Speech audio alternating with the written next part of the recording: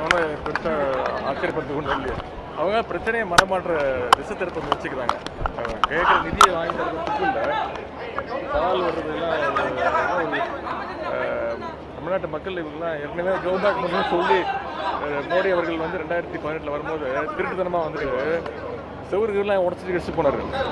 மக்கள்லாம் சந்திக்க வாய்ப்பு இல்லை பயந்துக்கிட்டு எங்கே பார்த்தாலும் கருப்பு கொடி காட்டிருந்தாங்க, பலூன்லாம் அதெல்லாம் ஞாபகம் இருக்கும். அதனால இந்த பிரச்சனையை அதை திசை திருப்போம். நமக்கு இப்போ தேவை வால்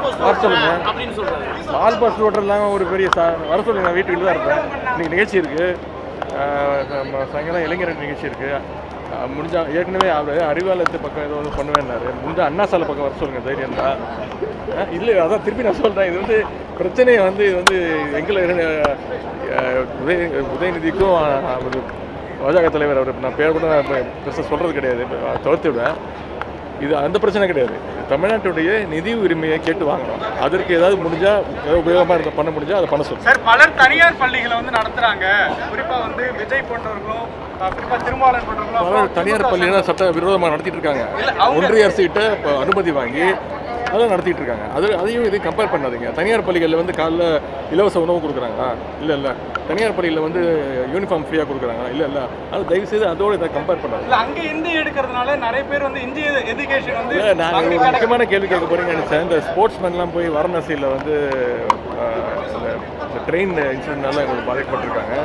இன்றைக்கி காலையில் ஒரு அதிகாலையில் ஒரு 6 மணிக்கு தான் அந்த நியூஸ் வந்துச்சு. இந்த உத்தரப்பிரதேச மாநிலத்தில் வந்து மாற்றுத்திறனாளிகளுக்கான இந்த சிறப்பு கிரிக்கெட் போட்டி நடந்து கொண்டிருக்கிறது. தென்மண்டலத்தை சேர்ந்த கிரிக்கெட் அணியிலேருந்து 6 தமிழ்நாட்டு வீரர்கள் கலந்துருக்கிறாங்க. 6+1 ஒரு கோச் போயிருக்காரு. அந்த போட்டியில் அரையிறுதியில் வெற்றி வாய்ப்பு எழுந்த காரணத்தினால தென்மண்டல அணி இன்னைக்கு ஊருக்கு திரும்ப ரயில் டிக்கெட்டு ஏற்கனவே ரிசர்வ் பண்ணி வச்சுருந்தாங்க.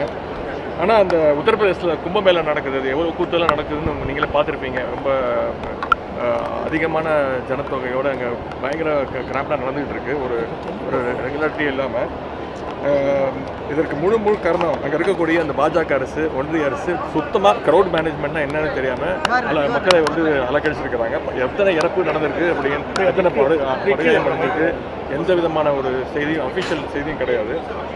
நீங்களே நிறைய வீடியோக்கள் பார்த்துருப்பீங்க, பகிர்ந்துருப்பீங்க. கும்பமேளாவுக்கு போயிட்டு ரயில் ஏற முடியாமல் வட மாநிலங்களை சேர்ந்த பலர் தவிச்ச நியூஸ் தொடர்ந்து நம்ம இன்னை வரைக்கும் பார்த்துக்கிட்டு இருக்கிறோம். இவ்வளோ பெரிய கூட்டம் வரும்போது அதற்குரிய சரியான நடவடிக்கையை அந்த மாநில அரசும் எடுக்கவில்லை, ஒன்றிய பாஜக அரசும் எடுக்கவில்லை. நம்முடைய தமிழ்நாட்டை சேர்ந்த வீரர்களுக்கு ரயில் கிடைக்கலங்கிற தகவல் இன்றைக்கி காலைல 6 மணி அளவில் எனக்கு வந்துச்சு. உடனே நம்முடைய எஸ்டிஏடி அதிகாரிகள் அவங்களோட தொடர்பு கொண்டு தமிழ்நாட்டுக்கு விமானம் மூலம் அழைச்சிட்டு வரதுக்கான முழு உத்தரவையும் நம்முடைய முதலமைச்சர் அவர்கள் என்கிட்ட சொல்லி அதை வந்து எடுத்திருக்கிறோம். எஸ்டிஏடி மூலமாக உடனடியாக அவங்களுக்கு விமான டிக்கெட், ஃப்ளைட் டிக்கெட்டுகள் போட்டு கொடுத்தாச்சு. அவங்களுக்கு உணவுக்கு தேவையான பணத்தையும் இங்கேருந்து அவங்களுக்கு ட்ரான்ஸ்ஃபர் பண்ணியிருக்கோம். அதன்படி செலவுக்கு 15 ரூபாயும் இன்றைக்கி மதியமே அவங்க வந்து இங்கே 12:30 மணிக்கு வாரணாசியிலேருந்து ஃப்ளைட் ஏறி அரௌண்ட் ஒரு 4:30 மணிக்கு பெங்களூர் வந்துடுவாங்க.